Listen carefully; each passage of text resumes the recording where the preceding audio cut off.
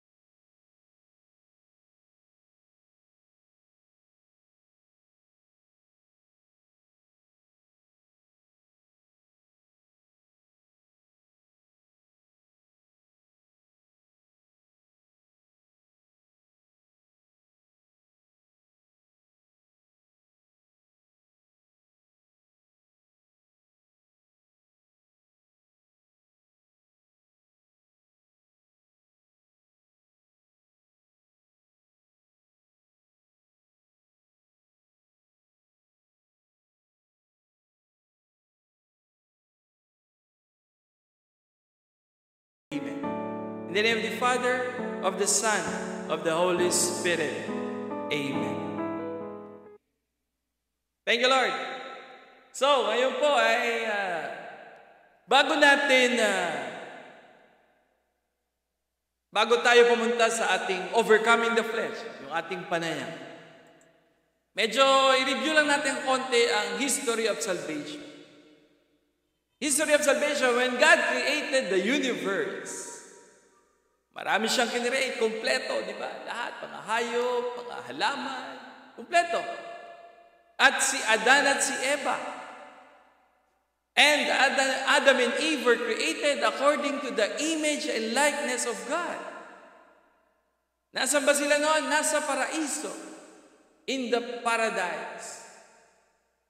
Doon sa nangyari, di ba? Sarap ng buhay nila doon. Kompleto. Kaya, John 10:10 yun. Kompleto. Wala nang hahanapin pa. Kaya lang, may dumating na istorbo sa buhay nila. Sino yung istorbo? Hallelujah. Si Satanas, sa anyo ng ahas. At sinong kanyang inistorbo una? Si Eva. Tinukso niya. Ano nga ba yung tinukso nung ahas kay Eva? Kasi, di ba, alam ni Eva, alam ni Adan na lahat pwede. Pwera lang sa isang bagay. Bawal kainin yung bunga ng puno ng karunungan. Kaya ang trabaho nitong istorbo na ito ay tuksuin sila. Para ano? Para kainin yung bawal na bunga. Hallelujah. Bakit nga ba bawal? Hindi rin alam ni Adan at Eva bakit bawal. Basta sabi bawal. Kaya nakakuha ng tiyempo itong istorbong ito Para ano? Para tuksuhin si Eva. Si Eva ang unang tinukso. Asan ba si Adan nun? Wala yata si Adan, nagpapaload. Naubusan ng load. Check operator services. Nagpunta sa tindahan. Teka lang. Wala pa pong tindahan. Paraiso yun, paraiso. Binibiro ko lang kayo. Hallelujah. Nakakuha ng tiyempo itong istorbo na ito. Para ano? Para tuksuhin si Eva. Kasi image and likeness, kumpleto na nga pero nakakuha ng tiyempo. Sabi nitong istorbo na ito, kumpleto na ba lahat? Kayo? Yes, kumpleto. Wala na nga hanapin pa, masarap sa paraiso. Lang, medyo binigyan ng konting intriga nitong istorbong ito. Sabi ni Eva, sigurado ka? Di nga. Baka may bawal. Sabi ni Eva, nga, isa lang naman ang bawal. Bawal yung kainin yung bunga ng puno ng karunungan. Kaya nakakuha ng tiyempo itong istorbo na ito para tuksohin at sabihin, bakit kaya bawal? Baka kaya bawal? Baka maging kaparehas yun na ang Diyos. Kaya ayaw pakain sa inyo. Kaya nakakuha ng idea si Eva, baka nga, no? Kaya natukso, sige na. Subukan mo lang, baka maging kaparehas mo na ang Diyos. Sinubukan niya. Iyon, and it all started from there. Na unang nagkasala, disobedience. Bakit? Hindi nila sinunod Yung alin? Yung kabilin-bilinan ng Diyos na huwag kakainin yung bunga ng puno ng karunungan. Kaya, hallelujah, doon, nawala yung kanilang image and likeness. Yung pagiging image and likeness nila. Ni Eva, at dinamay pa niya si Adan, di ba? Pinakain niya rin si Adan. Hallelujah. At napunta sila, saan? Sa world. Sa mundo. Yung kasi ang plano talaga nung kontrabida. Na mapunta ka sa world. At ano nangyari? Yung image and likeness nila napalitan. Ng alin? Ng human nature. Wow! Paano nga ba yun? Sabi po sa Romans 8:6, to be controlled by human nature results in death. But to be controlled by the Holy Spirit of God results in life and peace. Nung image and likeness nila ay nasa kanila pa. Bago sila magkasala. Hallelujah. Yun na yung sinasabi na to be controlled by the Spirit of God results in life and peace. Payapa, masarap na buhay, maalwa na buhay, maginhawang buhay. Kasama kasi nila ang Diyos. Pero nung sila'y nawalay, pinili nila na manaig yung kanilang human nature. Hallelujah. It resulted to death, sabi sa Romans 8:6. Teka lang, i-define nga natin what is flesh. Akala kasi ng maraming tao, pag flesh, it's about the physical body or it's about sex. Hindi po. Ang flesh po, i-define muna natin what is flesh. Flesh is human nature separated from God, acting independently of God. It is the effect of the original sin. Yun pala yung nangyari, effect ng original sin. Bakit nagkaroon ng original sin? Diba, si Eva kasi nagkasala, kaya yun yung effect, nagkaroon ng unang kasalanan. Kaya ang human nature, sabi natin kanina sa definition, is human nature separated from God. Yun daw yung flesh. Abay, talaga naman, di ba? Pag separated tayo kay Lord, mahirap ang buhay. Bakit? Wala siya Hindi siya makakilos sa buhay natin.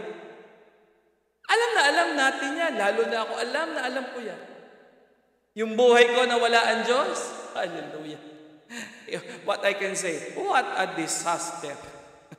Amen. Sige nga, for us to have a clearer understanding of what flesh is. Siguro, i-enumerate muna natin, ano ba yung mga fruit nito? Aling fruit? Nitong pag tayo ay separated from God. Ano-ano ba ang mga bunga?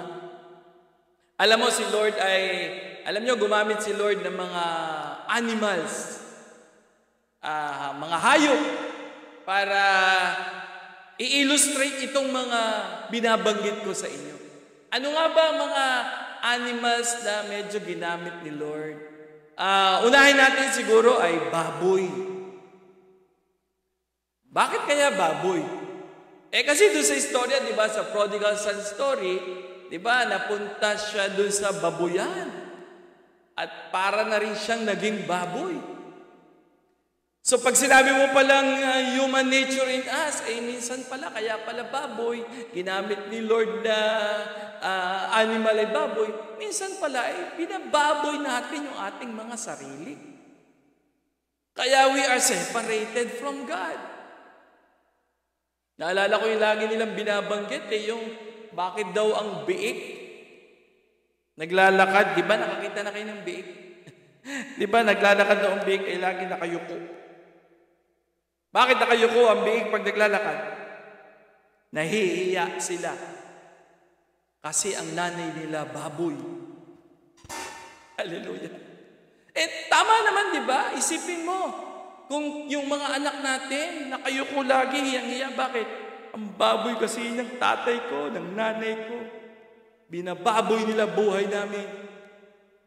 Di ba? Kaya pala baboy. Bakit nga ba ang baboy ay baboy, di ba? Diyos ko, naalala ko ng bata ako meron kaming piggery doon sa likod ng bahay namin Nakikita ko naman talaga ang pagkababoy ng baboy. Bakit? Kumakain ba naman, Diyos ko? Yung mga dalawa nilang paa, nakalublob doon sa kinakainan nila. Di ba talaga naman ang baboy? Kaya pala talagang ang tawag ay baboy. Kaya pala medyo pag tayo medyo baboy, ang tawag sa atin, ang baboy mo naman. Diba? Ano-ano pa ba yung mga ginamit ni Lord na mga example ng hayop? Aso. Bakit aso? Hallelujah. In the story of the Canaanite woman, diba, sinabi ni Lord na parang binanggit niya doon na para kayong mga aso.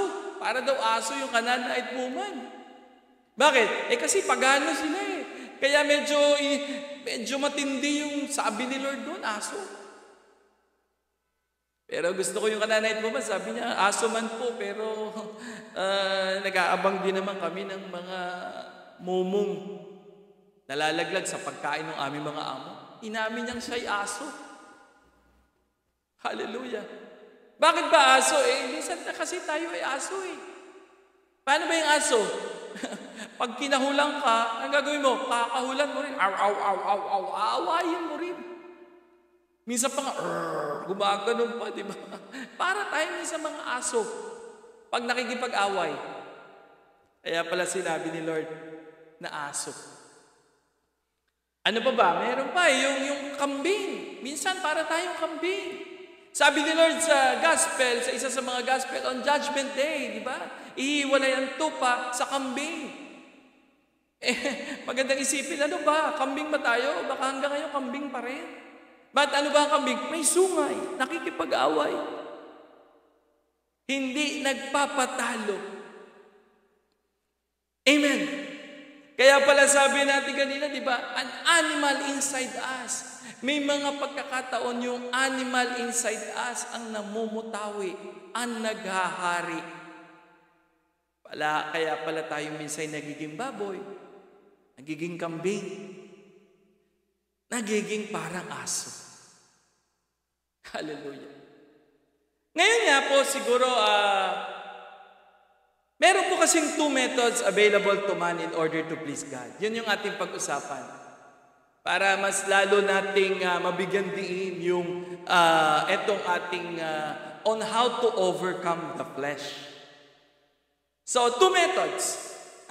Unang-una ay law approach. Yung una ay law approach. Yung isa ay Holy Spirit approach. Unahin muna natin yung law approach. Ano ba yung law approach? Para ma-explain natin mabuti, yung magandang ikwento natin siguro yung panganay na anak doon sa prodigal son story. Alala niyo yung prodigal son story, di ba? Yung sa prodigal son story, yung panganay na anak, nung bumalik na yung bunso at ibinalik lahat nung kanyang ama, yung singsing, yung binigyan ng kapa, pinaghanda, nagreklamo yung panganay na anak. Bakit nagreklamo? Diyos ko, para palang he works just for merit system. Sinumbatan na niya yung kanyang ama. Ba't sinumbatan? Sabi niya, ba't yung daya mo, inubos na nga yung mana niya. Tapos, tinanggap mo pa yung bunsong anak mo na yan.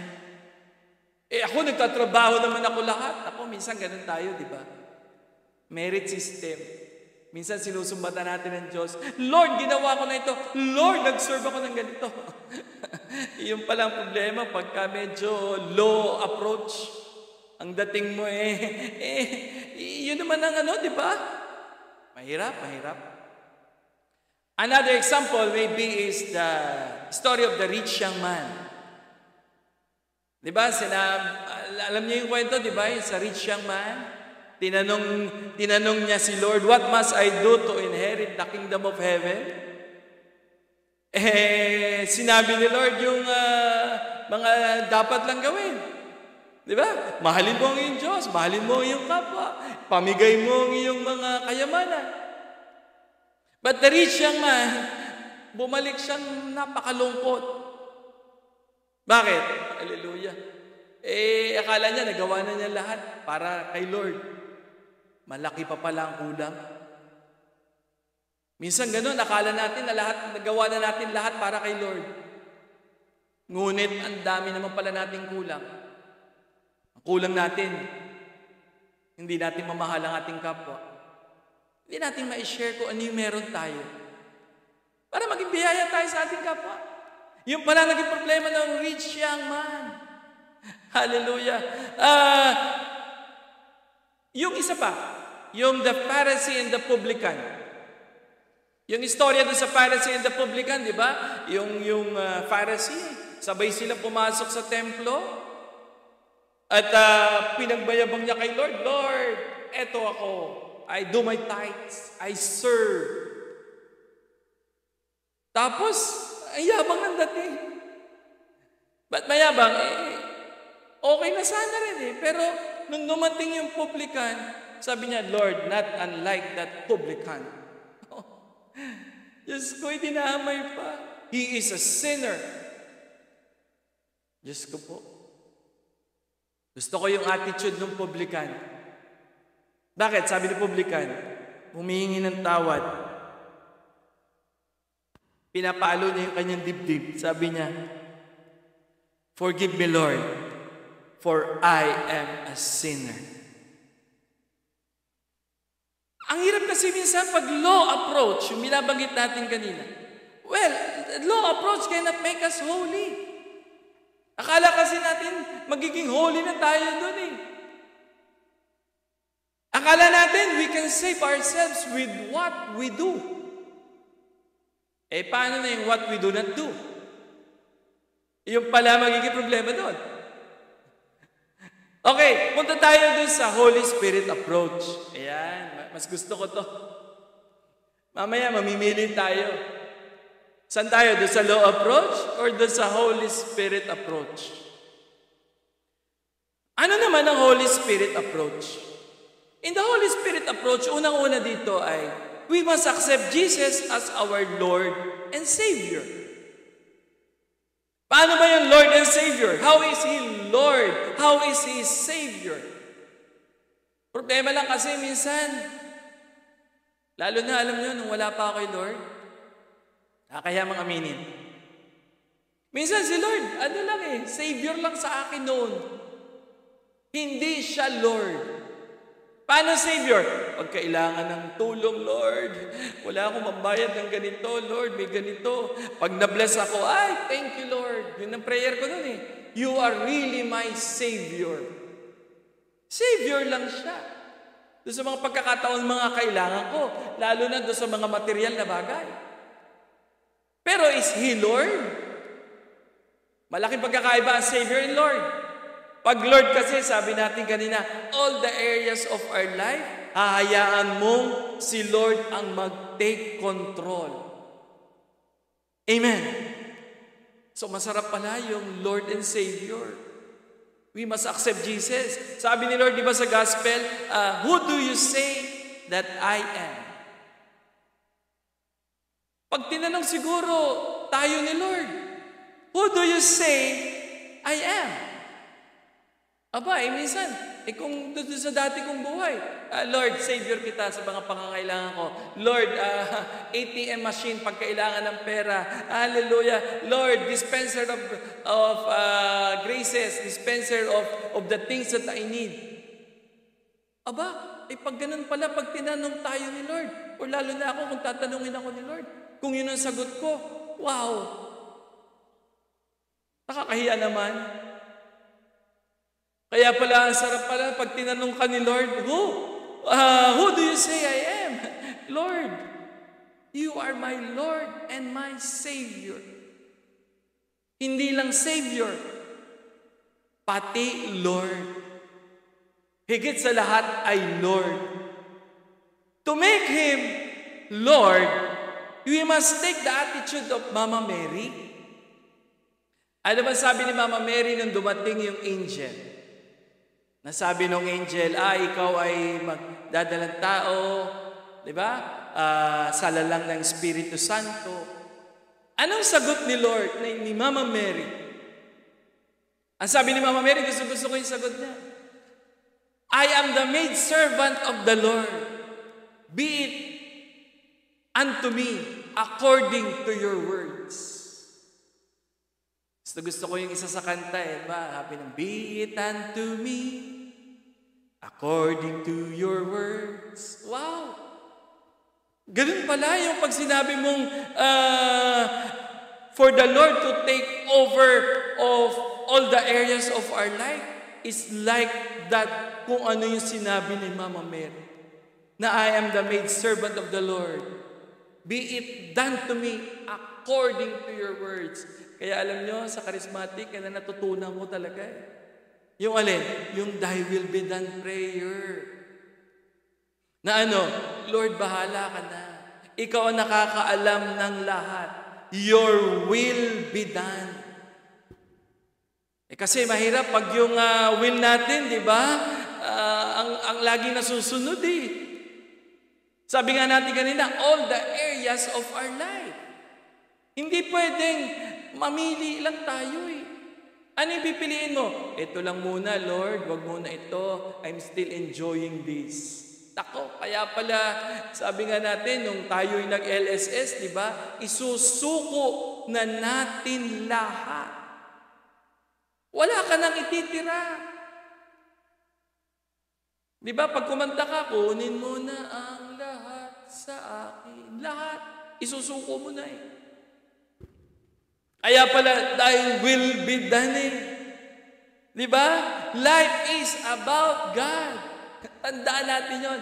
Life is not about us. It is about God. Amen. Hallelujah. Gustong-gusto ko talaga yung kantang yun. Kay Mama Mary na yun. Be it unto me. Ano pa ba? Anong sunod? An active desire to be healed.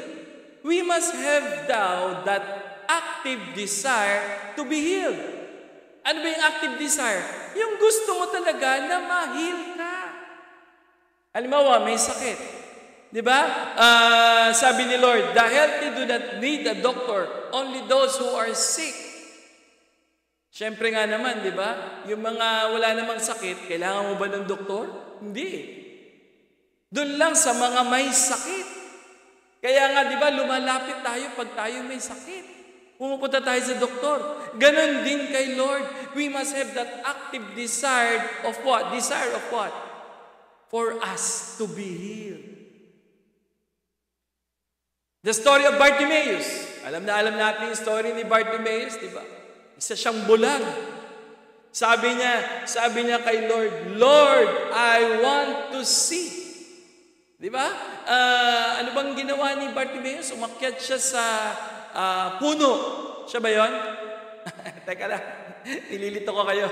Si Zacchaeus yun. Magkatunog kasi.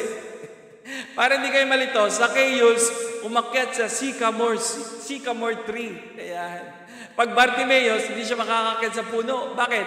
Bulag nga. Nililinaw ko lang, marami kasing nalilito dyan, Bartimaeus and Zacchaeus. Si Bartimaeus ang pinag-uusapan natin. Si Bartimaeus ay bulag. Nagsisisigaw siya, di ba? Maraming tao. Nagsisisigaw siya, Jesus, Son of David, have mercy on me. Sa dinami-dami ng tao, narinig siya ni Lord. At lumapit si Lord, sabi ni Lord, at rather pinatawag ni Lord si Bartimaeus, palapitin sa kanya sa pamamagitan ng mga disciples. Sabi ni Lord, what do you want me to do for you? Tinanong pa, no? Ba't nga ba tinanong pa? Di ba doon sa kwento? Ba't kailangan pagtanungin ni Lord si Bartimaeus? Eh, alam na nga bulag, kita na nga bulag eh. Siguro, gusto ni Bartimaeus na sabihin mismo kay Lord kung ano yung gusto niyang ipagawa sa kanya. Bakit? Kasi tayo minsan ganun eh. Namimili, sabi nga natin kanina, namimili lang tayo ng mga gusto natin pagalingin kay Lord. Hanggang ayaw pa natin isuko, wag muna eh. Kaya yun lang ang hinihintay ni Lord. That for that active desire for us to be healed is to tell the Lord, Lord, I want you to heal me in this infirmity, in this area of my life. Hindi lang po sa mga may sakit. Maraming pagkakataon, di ba? Iyon ang magandang idasal natin kay Lord. Lord, heal me. Tanggalin mo na itong pagiging intrigero ko. Tanggalin mo na itong pagiging masyado kong judgmental. Heal me, O Lord. Aminin lang ang importante. Sabihin natin kay Lord. Hinihintay lang ni Lord yun. Hanggat kasi hindi natin nasasabi, hindi pa tayo interesado na makalaya tayo doon sa area ng buhay natin na yon. Amen. Hanggat di natin sinasabi, hindi natin kasi aaminin. Kaya gusto ni Lord marinig yon mismo galing sa atin. Amen. Yung sa publican, yung story ng publican, sabi niya, di ba, Lord, have mercy on me, a sinner. Inamin niya na siya'y makasalanan. Di ba, yung katabi ng publican, yung nagsasabi na mayabang, yung Pharisee, sabi niya, not unlike that man. Nagturo pa eh, pero siya, umamin siya eh. Di ba, yung Canaanite woman, umamin din siya. Lord, di ba, sige na, tawagin niyo na kaming aso. Pero inaabangan din naman namin yung mga momo na pumapatak doon sa table ng aming amo. Inamin niya. Yun lang pala importante doon. Aminin natin. Let us have that active desire for us to be healed. Repentance gives us the authority to whip the animals inside us. Sabi nga natin, di ba? Minsan yung ating pagiging baboy, pagiging kambing, hallelujah, pagiging aso. Di ba yung istorya nung Jesus whipped the animals inside the temple? Gawin natin yun, sabihin natin kay Lord, Lord, whip those animals. Ano ba yung whip sa Tagalog? Hagupitin mo na, Lord. I am giving you the authority na Lord, hagupitin mo na itong pagiging aso ko, pagiging kambing ko, pagiging aso ko, at ano pa mang maging mga the animal inside. The animal inside, di ba sa atin? Hallelujah. Sorry kung Tagalog, pangit pakinggan sa Tagalog eh. Pero banggitin ko na rin. Tanggalin mo na, Lord, hagupitin mo na itong mga kahayupan sa buhay ko. When we say kahayupan, yun na nga, animal inside me. Na nagahari. Na yung human nature in me. Hallelujah. Amen. Hallelujah. Ano pa ba? Yung faith. Nung topic natin yan. Isang topic yan sa GSS, di ba? Yung binigay sa atin ni Brother Jing last week. Faith. Sabi, for it is God's grace that you have been saved through faith. It is not the result of your efforts, but God's gift, so that you can boast. You cannot boast about it. No one can boast about it, rather. Sabi po siya yan sa Ephesians 2:8. Believe that Jesus alone can change us, can change you. We must be devoted to God and not on what we do. Diba? Sabi ni Brother Jing yan doon sa faith. Hindi na natin pahabain. Ang ganda ng talk na ng faith eh. Ituloy natin. Ano pa ba yung kasunod? Sabi doon, rejoice in all circumstances. It prevents us from grumbling. Ayan. It prevents us daw from grumbling. Ano ba yung grumbling? Diba? Yung sinasabi na rejoice in all circumstances. Yung mga pagkakataon kasi, kaya minsan tayo mga charismatic, napupulaan na ayun na naman kayo, puro kayo praise the Lord. Bakit puro kayo praise the Lord? Thank you Lord tayo, kahit anong mangyari. Bakit kahit anong mangyari? Prayer natin yun, di ba? Kaya nga, thy will be done eh. Na alam natin, mas makakabuti sa atin, kaya nangyari yung mga sitwasyon na yon sa ating buhay. Minsan, para lang tayong sino ba yun? Yung kumakanta ng di ko kayang tanggapin. Diba? Sabi niya, di ko kayang tanggapin. Nung old life, ganun tayo. Pero ngayon, sabi nga natin, rejoice in all circumstances. Para hindi tayo yung nagka-grumble, yung ano ba yan? Yan na naman. Minsan ganun, diba? Nung old life, kabisado ko yan. Yung puro ako reklamo. Hallelujah. Mahirap pala, reklamo ka ng reklamo. Bakit mahirap? Lalo kang magre-reklamo na magre-reklamo. Negative attitudes, arrogant, di ba? Iyon yung mangyayari sa atin eh. Pag sinabing praise-filled attitude, hallelujah, you praise God in all circumstances. Yun yung tinatawag na praise-filled attitude. Paano ba yung praise-filled attitude? Halimbawa, nag-aabang ka, magko-commute ka, walang taxi or walang bus. Di ba?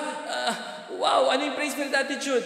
Okay lang, maghintay ako. Medyo, may oras pa naman. Thank you, Lord. Hindi yung, pagka wala ka kasi praise-filled attitude, puro ka reklamo eh. Ano ba yan? Tagal naman ng bus? Ano ba yan? Tagal naman ng Grab? Ang tagal naman ng taxi? Tagal naman ng jeep. Tagal naman mag-book. Ganon eh. Hindi tayo praise-filled attitude pag ganon. Masarap pag praise-filled attitude. Bakit? Pangungunahan mo ang Diyos. Lord, bahala ka na. Kahit ako'y maghintay. There is joy in waiting. Hallelujah. Di ba tama? There is always joy in waiting. Kasi pag waiting, pag tayo naghihintay at tayo nagreklamo, ay talaga namang puro yung sasabihin, tagal naman, ano ba yan? Kaya nga, blessed tayo, napapalitan na yung ating with the way we tell things.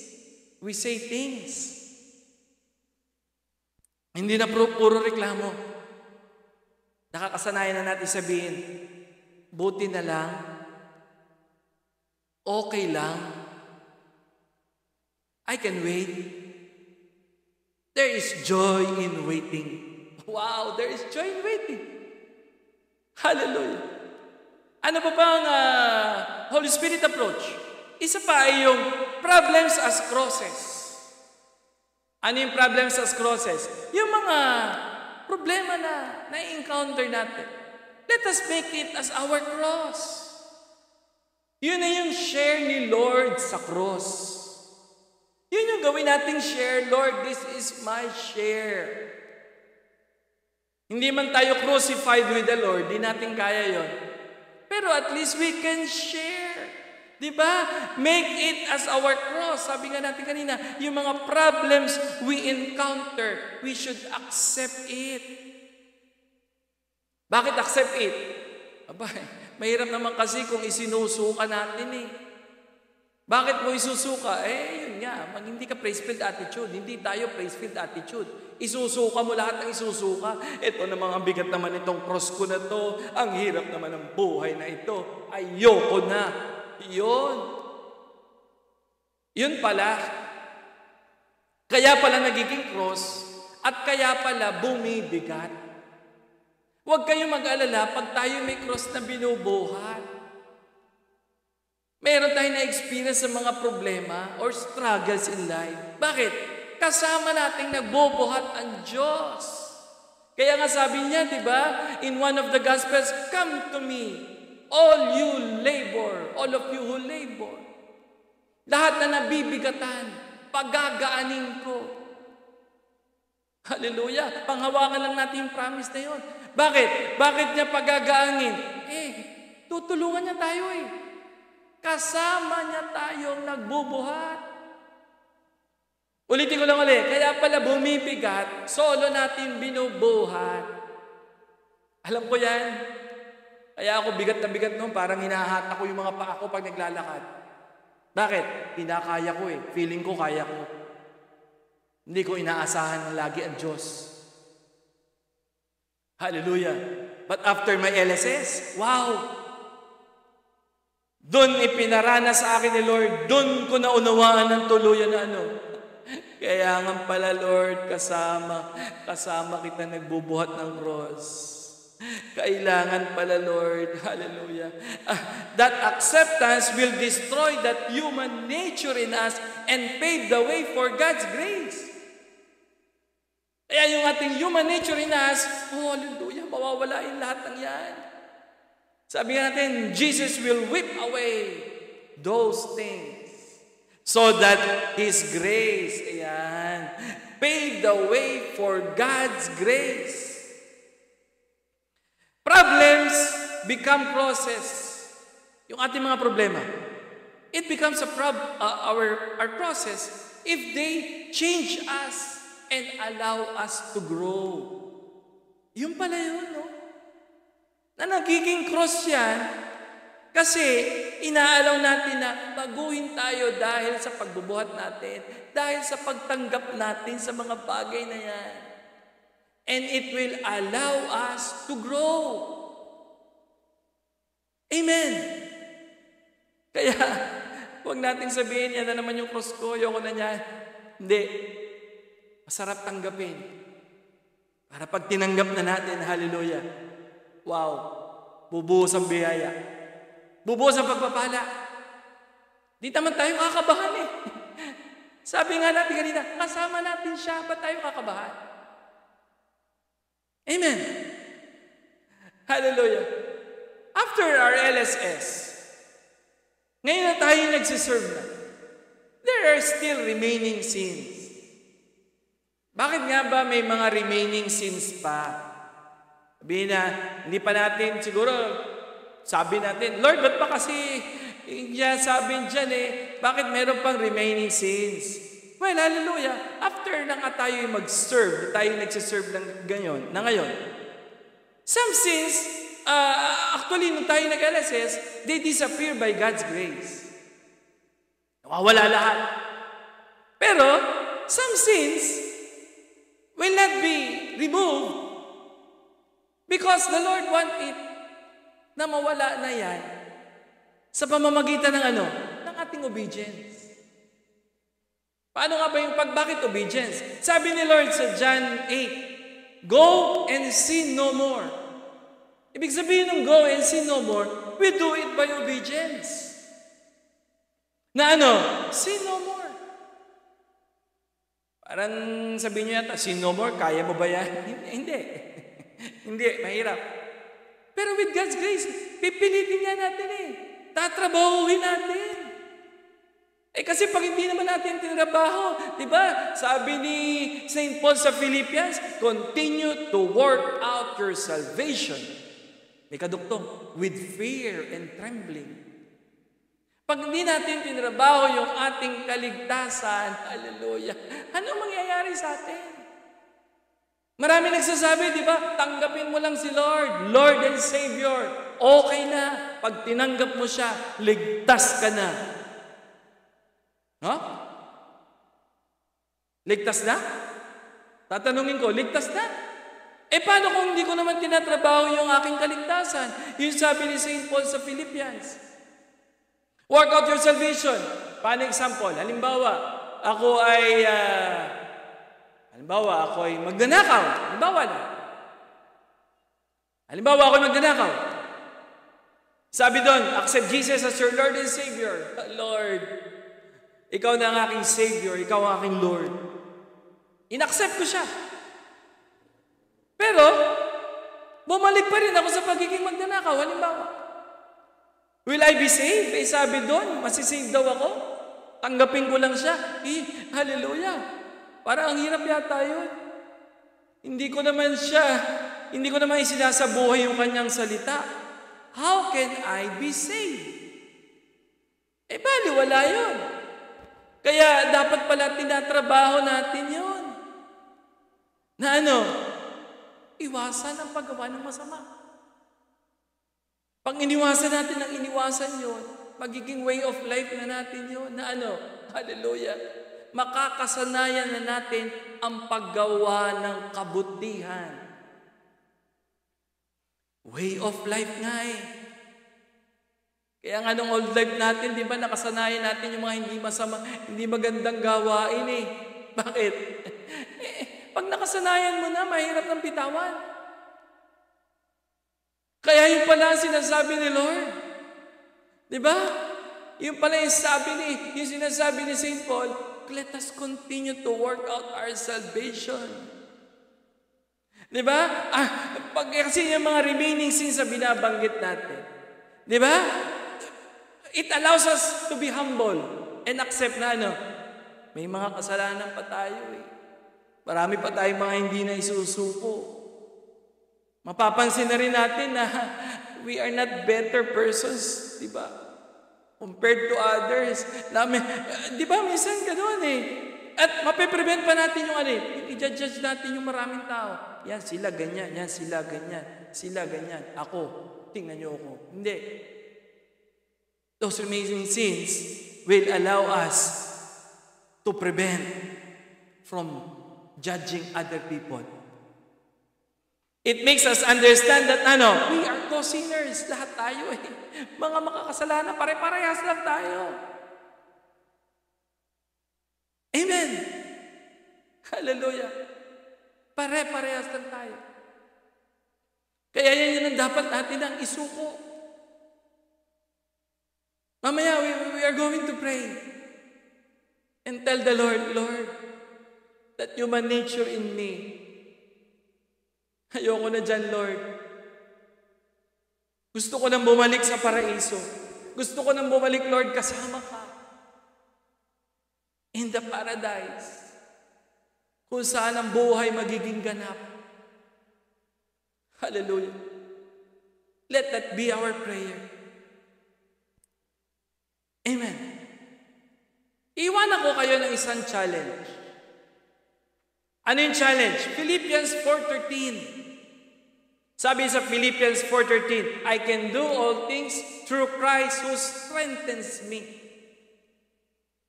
Wow, ang gandang panghawakan ng verse na yun.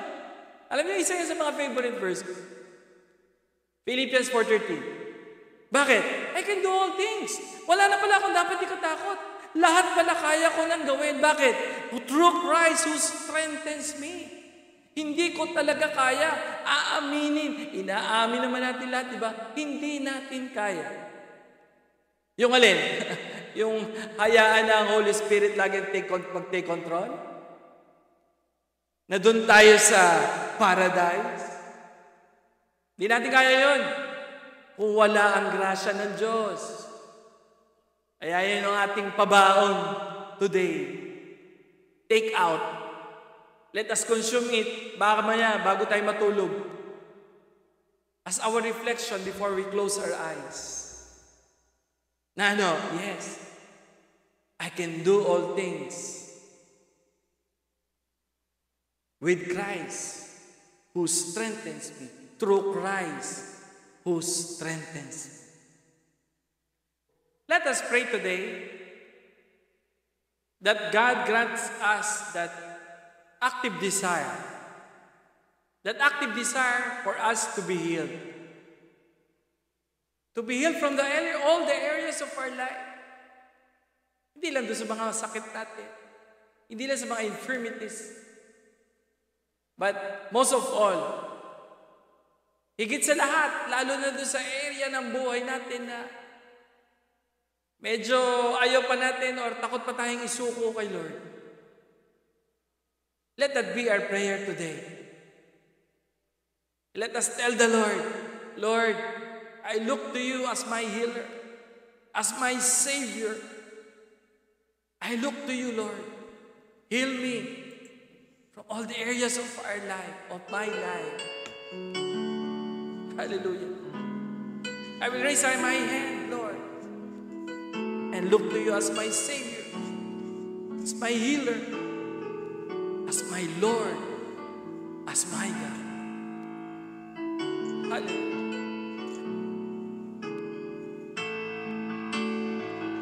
I look to you, you are my healer. I look to you, you restored my soul. I look to you, Jesus Redeemer. For all who look to you will be made whole. I look to you, you are my healer. Yes, Lord. I look to you, you restored my soul. I look to you, Jesus, Redeemer. Yes, for all who look to you be made whole. I look to you, O King eternal, lifted from the earth for me. Yes, upon that cross, you suffered such loss. Your sacrifice has set me free. I look to you, you are my healer. I look to you, you restored my soul. I look to you, Jesus, Redeemer. For all who look to you will be made whole. Yes, Lord. I look to you, you are my healer. I look to you, you restored my soul. I look to you, Jesus Redeemer. For all who look to you will be made whole. For all who look to you will be made whole. For all who look to you will be made whole. In the name of the Father, of the Son, of the Holy Spirit. Amen. God bless po sa ating lahat. Thank you, Lord. One way to peace is the power of